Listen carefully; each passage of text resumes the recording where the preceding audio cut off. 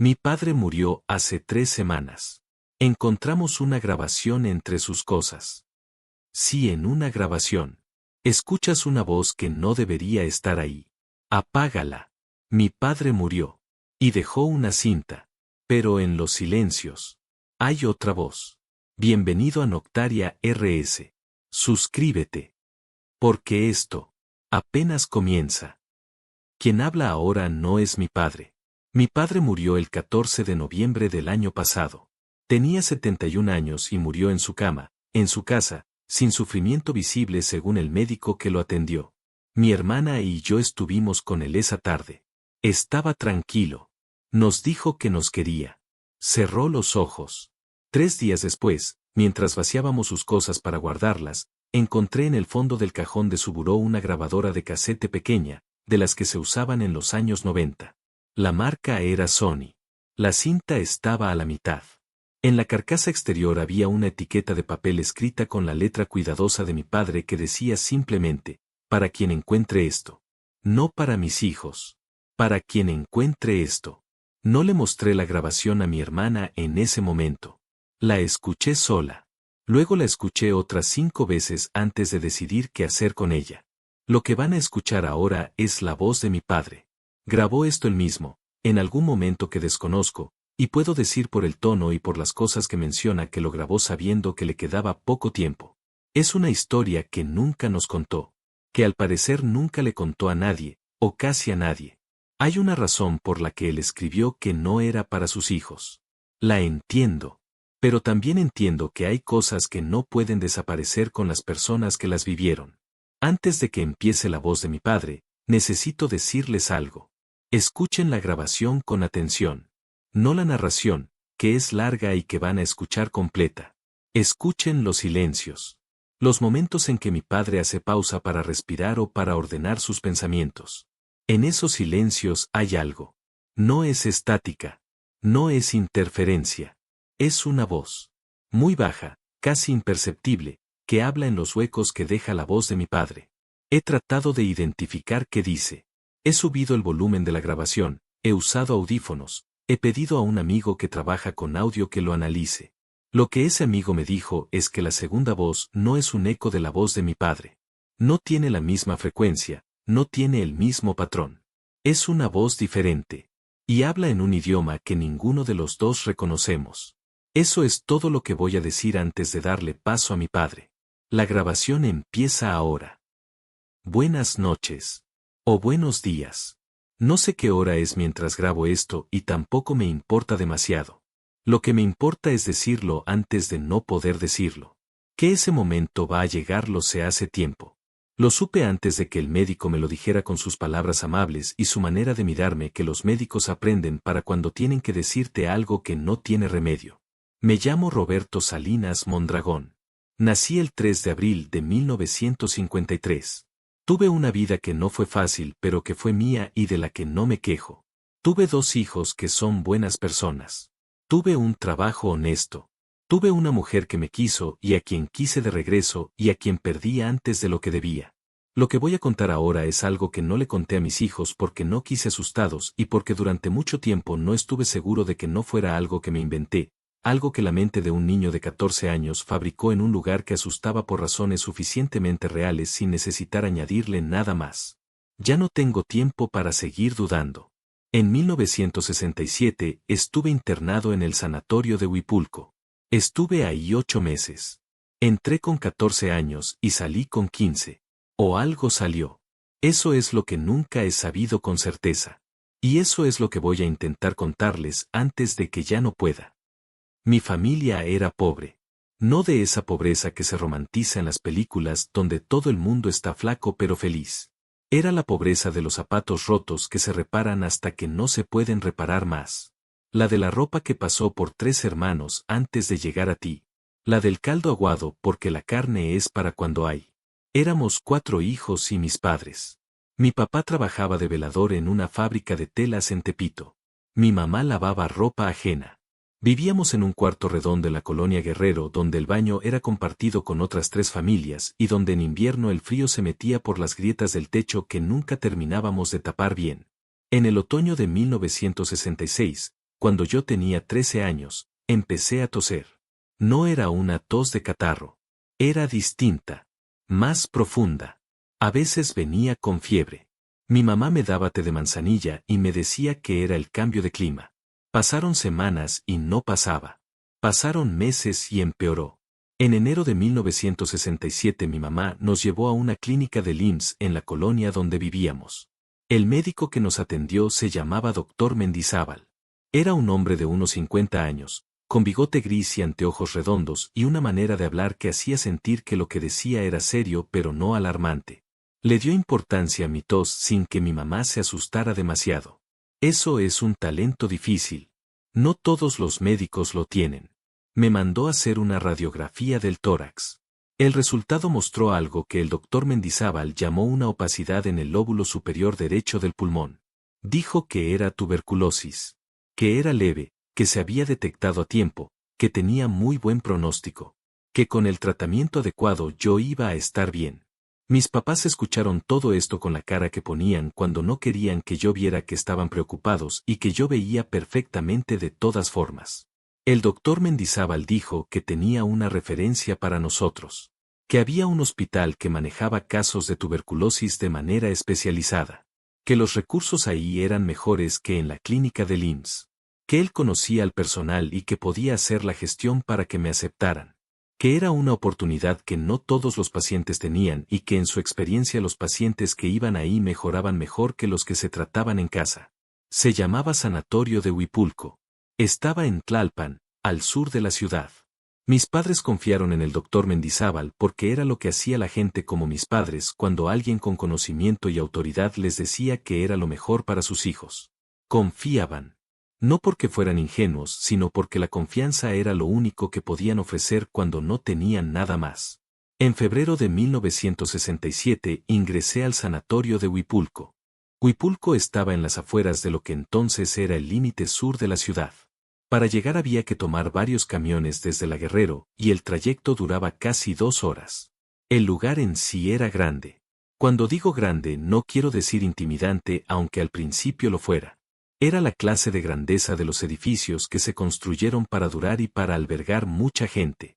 El terreno era amplio, con jardines entre los pabellones, con árboles que en febrero todavía estaban pelones pero que durante los meses siguientes se fueron llenando de verde. El edificio principal era de 2 pisos, con corredores techados que conectaban los distintos pabellones. Había un comedor, una sala de visitas, una capilla pequeña. Era un lugar que hacía esfuerzos visibles por no parecer lo que era un lugar donde la gente estaba enferma y donde algunas de esas personas iban a morir. Lo primero que me dieron al ingresar fue un camisón blanco y un número de cama. Cama 12, pabellón 3. El pabellón 3 era el de tuberculosis leve y en recuperación. Había 14 camas dispuestas en 2 hileras de 7, con una ventana grande al fondo que daba al jardín. Los otros pacientes del pabellón eran en su mayoría adultos. Yo era el más joven de todos. Algunos me miraron con esa mezcla de lástima y simpatía que los adultos enfermos reservan para los niños enfermos. Una señora de unos 50 años que estaba en la cama de enfrente de la mía me preguntó cómo me llamaba y de dónde era y si tenía hambre. Le dije que Roberto, de La Guerrero, y que sí. Me trajo un pan de la bolsa que tenía en su mesita. Durante los primeros días el sanatorio me pareció, si no agradable, al menos manejable. El tratamiento era consistente. Las enfermeras eran eficientes. La comida era básica pero suficiente y mucho más regular de lo que estaba acostumbrado.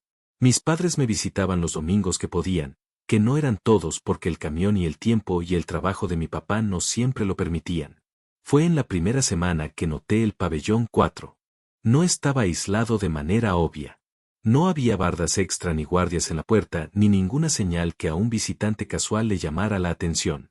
Estaba al fondo del corredor principal, pasando el pabellón 2 y el pabellón 3 donde yo dormía, separado de los demás por una distancia que en metros no era mucha pero que se sentía más grande de lo que era. Lo que lo distinguía era lo que no tenía. Los otros pabellones tenían ruido. No mucho, era un sanatorio, pero había el ruido de las personas que viven juntas. Alguien tosía. Alguien hablaba con la enfermera. Alguien tenía la radio puesta muy baja. A veces alguien reía de algo. Era el ruido ordinario de la existencia, amortiguado por la enfermedad pero presente. El pabellón 4 no tenía ningún ruido. Podías pasar frente al caminando por el corredor y la diferencia era perceptible aunque no supieras exactamente qué la causaba. Era más silencioso de lo que un lugar ocupado tiene derecho a ser. Y las ventanas que daban al corredor estaban siempre cerradas con unas persianas de madera que nunca vi abiertas en los 8 meses que estuve ahí. La segunda cosa que noté era que nadie hablaba de él. No digo que hubiera una prohibición explícita. Nunca escuché a ninguna enfermera decir no mencionen el pabellón 4 ni nada parecido. Era más sutil que eso. Era que cuando yo, en mis primeras semanas, preguntaba cosas de manera casual, ¿qué hay allá al fondo? ¿Quiénes están en ese pabellón? Porque siempre está cerrado, la respuesta era siempre la misma, nada que te incumba, Roberto, descansa, toma tu medicamento. Los pacientes adultos eran más elocuentes en su silencio. Cuando yo preguntaba, bajaban la vista. O cambiaban el tema con una habilidad que solo da la práctica. Hubo un señor, un campesino de Hidalgo que estaba en el pabellón 3 desde hacía 4 meses, que cuando le pregunté del pabellón 4 me miró un momento y luego me dijo en voz baja que los niños curiosos debían ocuparse de sus propias cosas. No lo dijo con maldad. Lo dijo con el tono de alguien que está diciéndote que te cuides sin poder explicarte de qué. Eso, para mí, a los 14 años, fue suficiente para saber que había algo que saber. Quiero ser preciso sobre esto porque durante décadas lo he repasado y no quiero distorsionarlo más de lo que el tiempo naturalmente distorsiona las cosas. Era una noche de marzo. No sé la fecha exacta. Debía ser tarde porque el corredor estaba oscuro y los demás pacientes del pabellón dormían. Puedo decirlo por el ritmo de la respiración colectiva que aprende a leer quien duerme en un cuarto con 14 personas. Yo no dormía. Era algo que me pasaba con frecuencia en esas primeras semanas, que el sueño llegaba tarde o no llegaba. Estaba acostado de espaldas mirando el techo cuando empecé a escuchar algo. Venía de la pared del fondo del pabellón 3. La pared que compartía con el corredor y que, si la geometría del edificio era lo que yo creía que era, compartía también con el pabellón 4.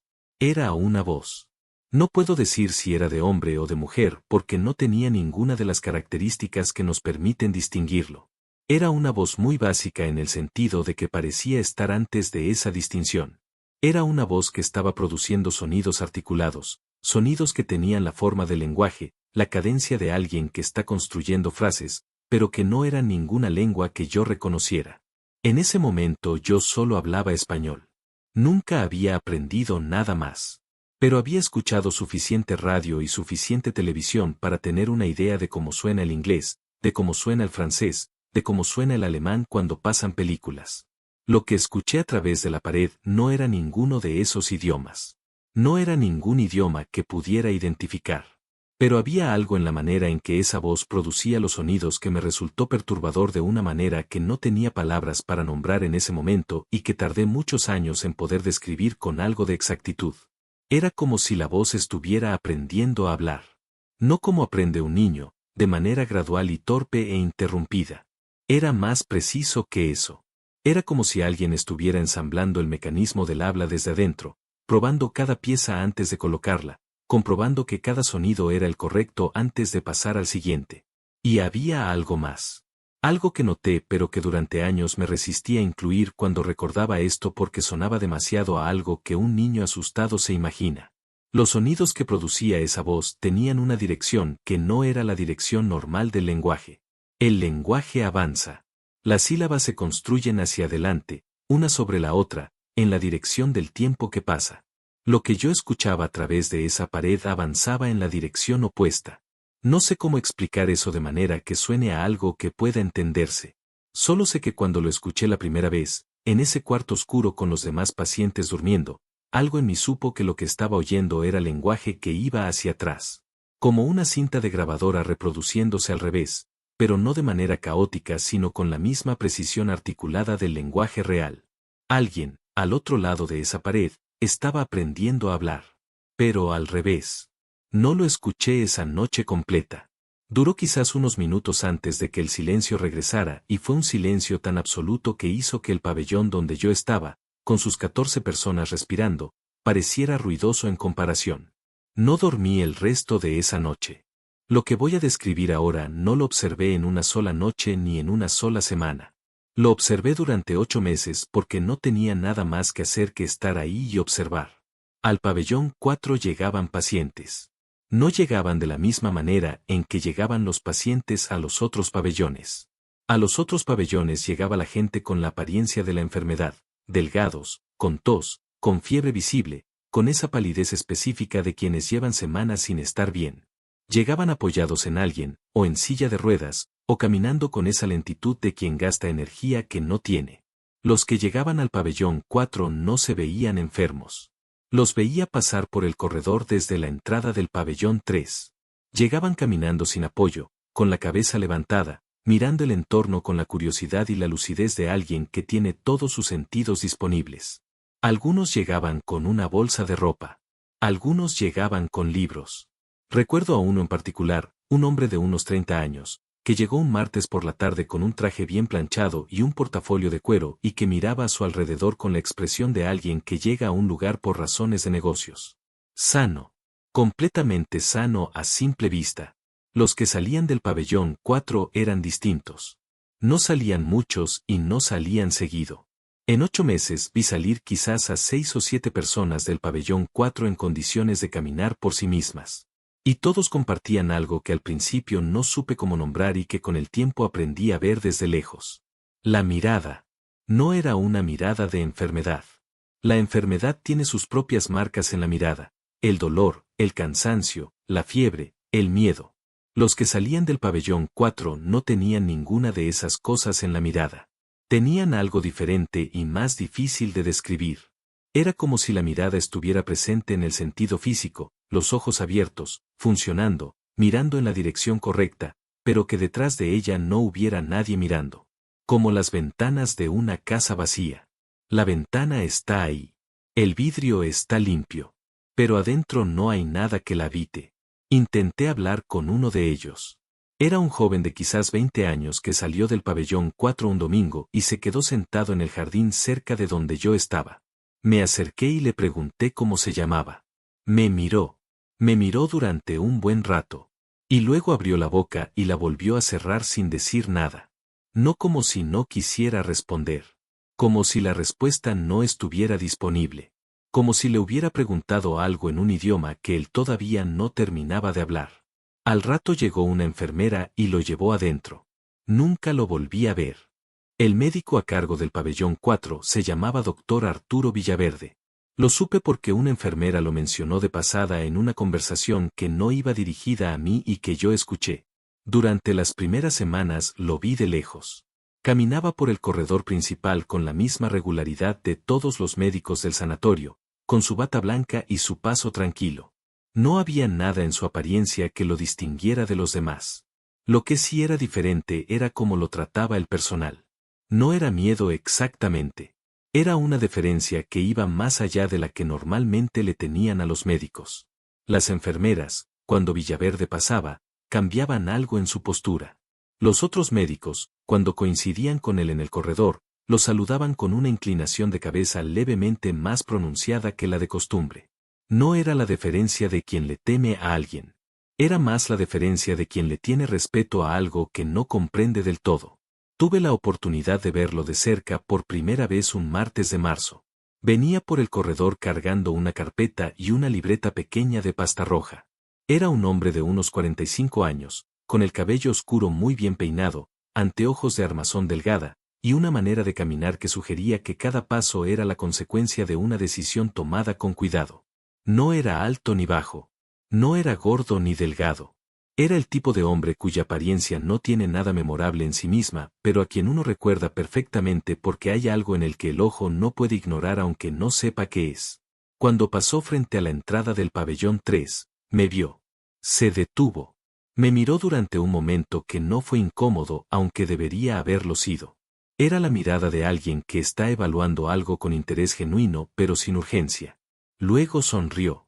Era una sonrisa completamente normal, amable. La clase de sonrisa que un adulto le dirige a un niño para indicarle que no hay razón para preocuparse. Me preguntó cómo me llamaba. Le dije que Roberto. Me preguntó cómo estaba respondiendo al tratamiento. Le dije que bien, que la tos había bajado bastante. Dijo que me alegraba, que con esa edad y ese diagnóstico temprano yo iba a salir de ahí perfectamente bien, que no me preocupara. Su voz era lo que más recuerdo de ese primer encuentro. Era una voz baja y muy modulada, de esas que uno asocia con las personas que han hablado en público mucho tiempo. No había ninguna aspereza en ella. Nunca levantaba el tono, aunque estuviera en el corredor ruidoso. Siempre sonaba como si estuviera teniendo una conversación privada, solo contigo, en un cuarto tranquilo. Siguió caminando. Tardé un rato en volver a entrar al pabellón. Me quedé parado en la entrada mirando cómo se alejaba por el corredor. La libreta roja estaba bajo su brazo izquierdo. En ningún momento la había soltado. Eso lo noté mucho después de ese día. Que en todos los meses que lo vi caminar por el sanatorio, en todas las ocasiones en que lo vi atender a alguien o hablar con el personal, la libreta roja siempre estaba con él. Bajo el brazo. En la mano. En la mesa frente a él sí estaba sentado. Nunca la ponía en un cajón, nunca la dejaba en ningún lugar desatendido ni siquiera un momento. Era como si esa libreta y él fueran la misma cosa. Había dos cosas más del doctor Villaverde que noté con el tiempo. La primera eran sus visitas nocturnas. Los médicos del sanatorio tenían sus rondas. Era algo conocido y predecible. Por las mañanas, por las tardes.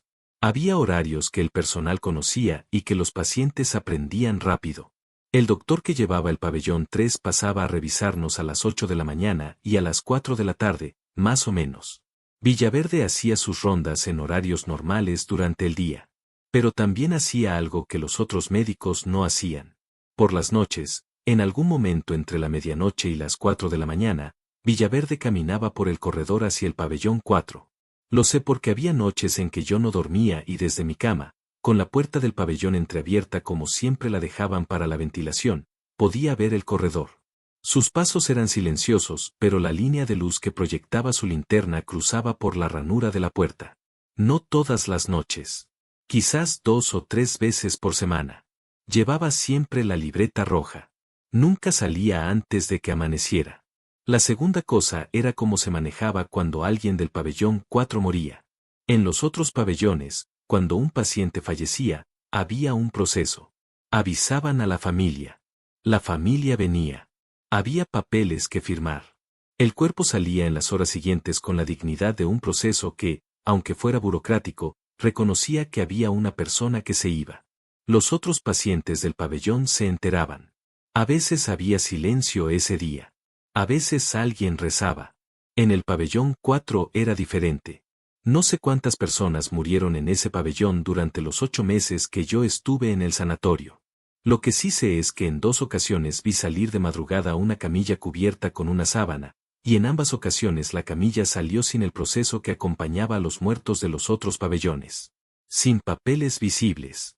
Sin familia. Con 2 personas que no eran enfermeras del sanatorio sino hombres que yo no había visto antes y que llegaban, recogían la camilla y se iban en menos de media hora. La mañana siguiente Villaverde seguía haciendo sus rondas con la misma tranquilidad de siempre. Nadie mencionaba nada.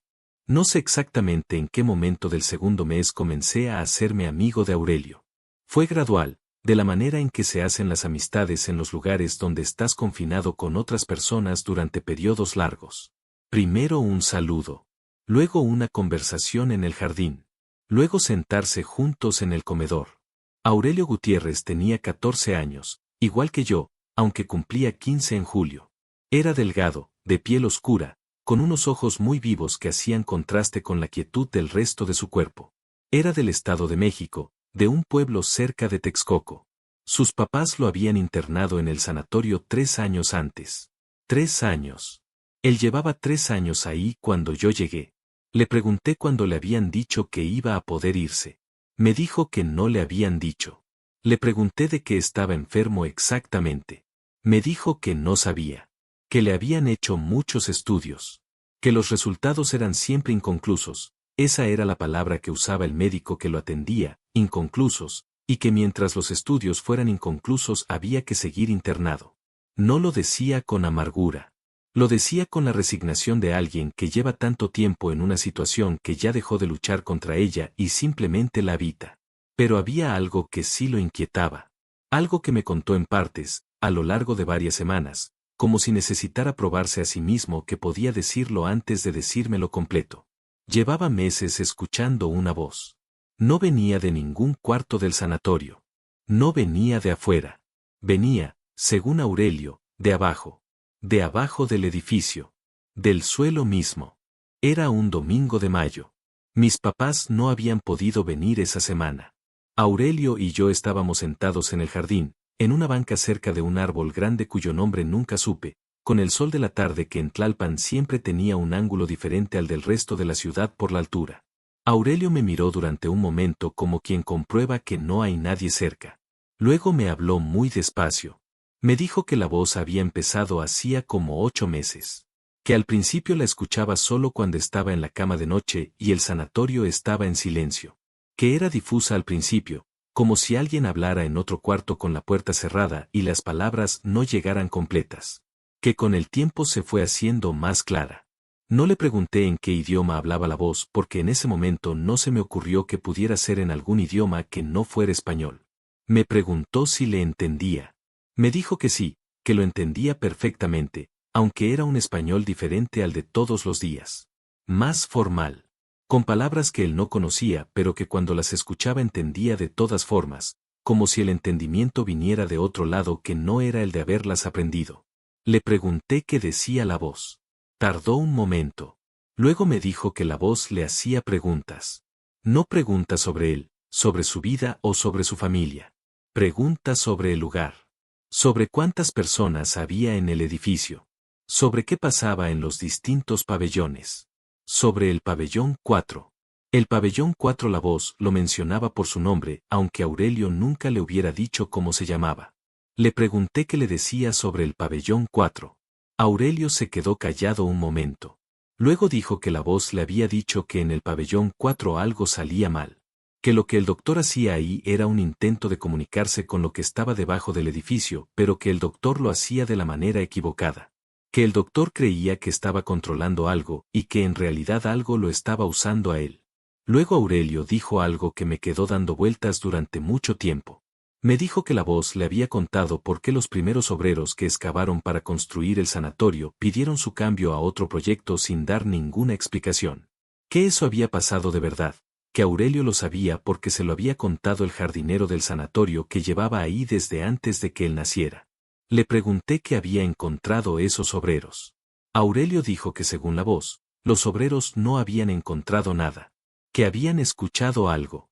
Que al segundo día de excavación, cuando ya tenían suficiente profundidad, habían empezado a escuchar desde el suelo algo que ninguno de ellos supo describir a sus supervisores de manera que tuviera sentido. Que algunos habían salido de la excavación sin esperar instrucciones y no habían vuelto. Que los que se quedaron y terminaron el trabajo habían pedido el cambio a la semana siguiente con la cara de personas que han visto algo que no pueden hablar de ello pero que los ha convencido de que no van a volver. Le pregunté a Aurelio si la voz lo asustaba.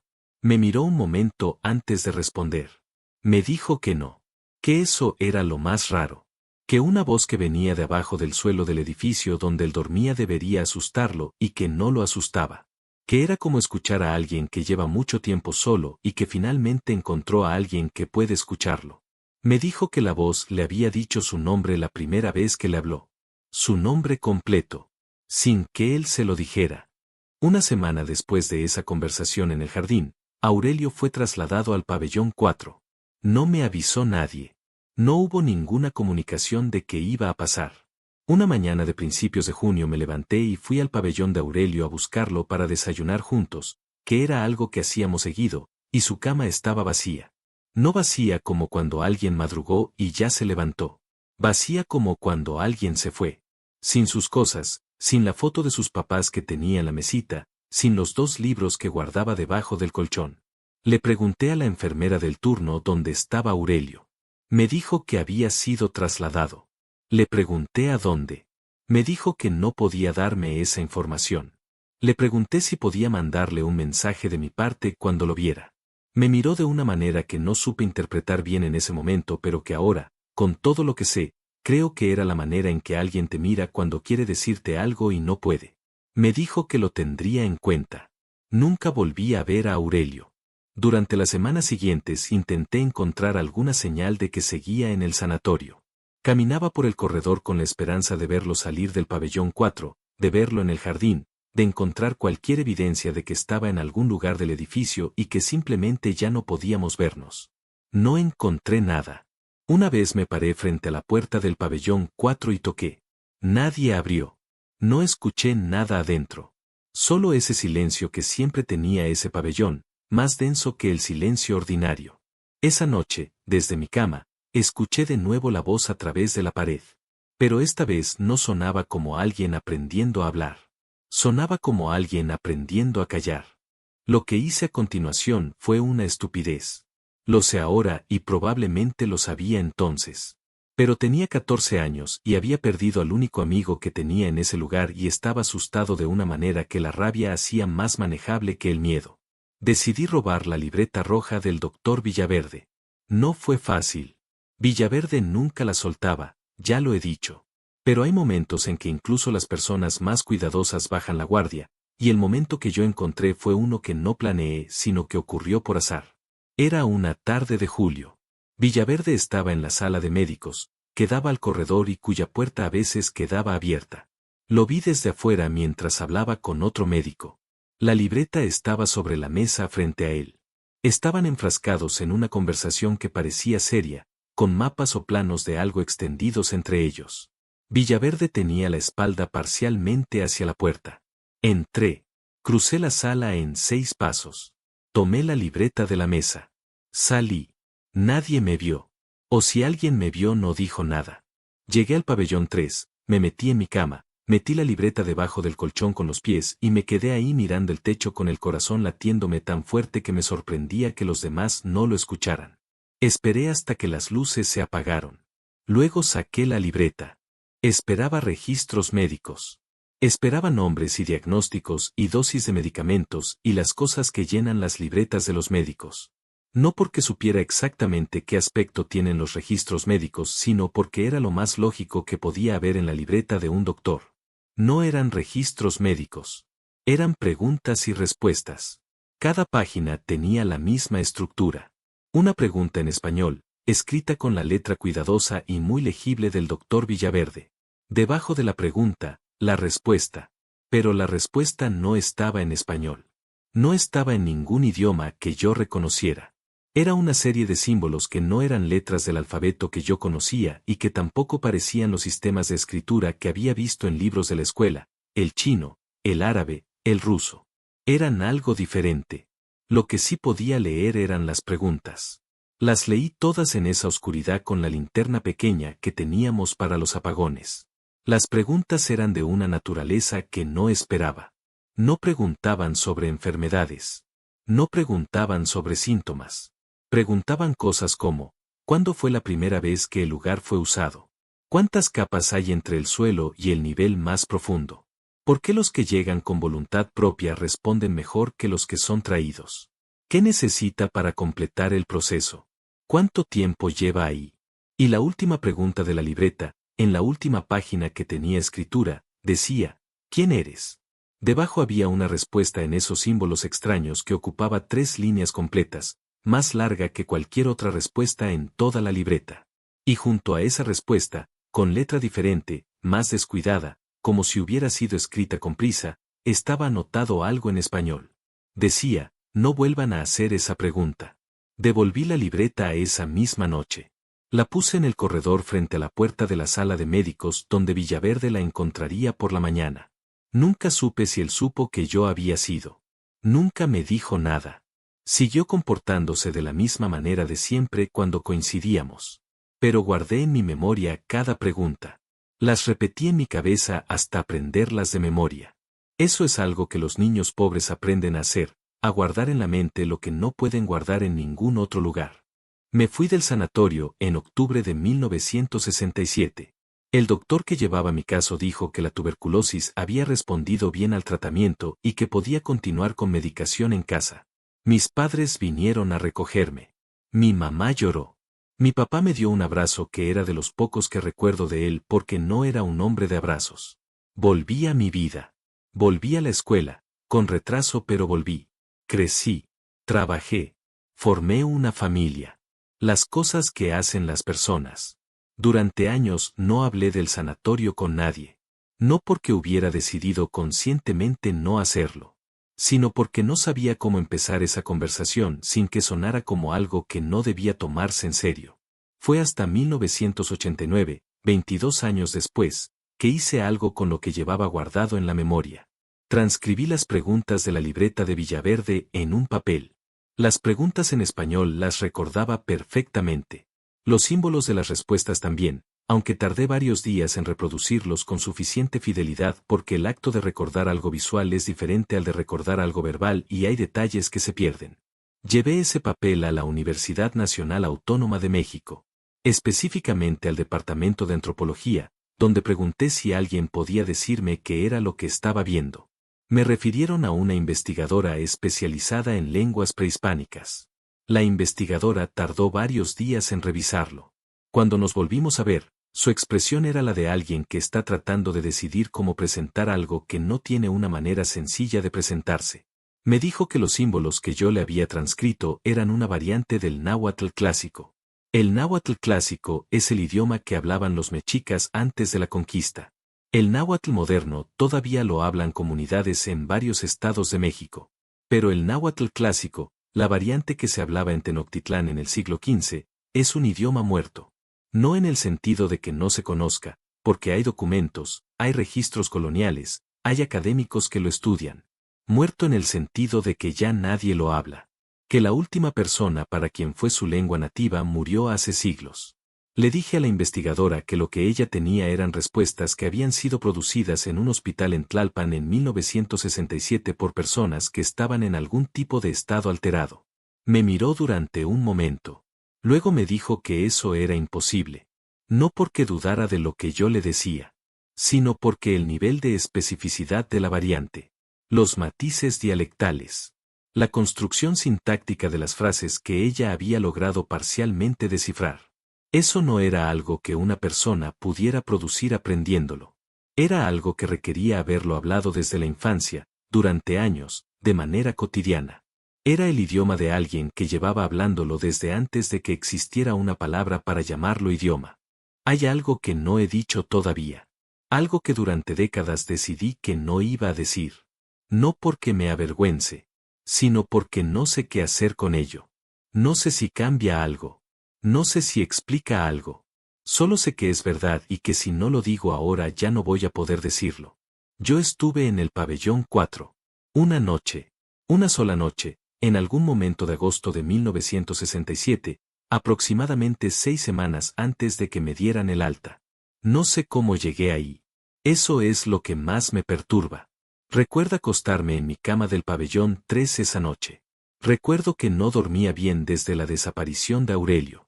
Recuerdo que en algún momento el sueño llegó. No recuerdo nada de lo que ocurrió entre ese momento y el amanecer. Me desperté en mi cama del pabellón 3. Pero tenía algo en los pies que no había tenido cuando me acosté. Tierra. Una línea fina de tierra oscura en la planta de mis pies descalzos, como si hubiera caminado por suelo sin pavimento. No se los conté nunca a mis hijos. No se lo conté a mi mujer. Se lo conté una sola vez a un sacerdote en confesión, hace muchos años, y el sacerdote me dijo que rezara y que no le diera más importancia. Lo que sí les cuento ahora, y esto es lo que más me cuesta decir, es esto. Desde esa noche, de la que no tengo ningún recuerdo, hay momentos cuando duermo en que escucho algo. No es un sueño. Los sueños uno los recuerda aunque sea borroso. Esto no es un recuerdo de algo que ocurrió mientras dormía. Es más como tomar conciencia a medias de algo que está ocurriendo ahora mismo, en ese momento, mientras el cuerpo duerme y la mente está a medio camino entre los dos estados. Escucho una voz. No viene de afuera. Viene de adentro. De algún lugar dentro de mí que no tiene una ubicación anatómica que yo pueda señalar. Y esa voz responde preguntas. No escucho las preguntas. Solo las respuestas. En un idioma que no conozco pero que cuando le escucho, aún dormido, aún a medio despertar, entiendo de una manera que no viene de haber aprendido las palabras. He vivido 71 años preguntándome si lo que salió del sanatorio de Huipulco en octubre de 1967 fui yo. Completo. Todo yo. O si salí yo con algo adentro. O si salió algo con parte de mi adentro. No lo sé. Nunca lo voy a saber. Y eso es lo que voy a llevar conmigo a donde sea que vaya. Esta grabación termina aquí. La grabación termina ahí.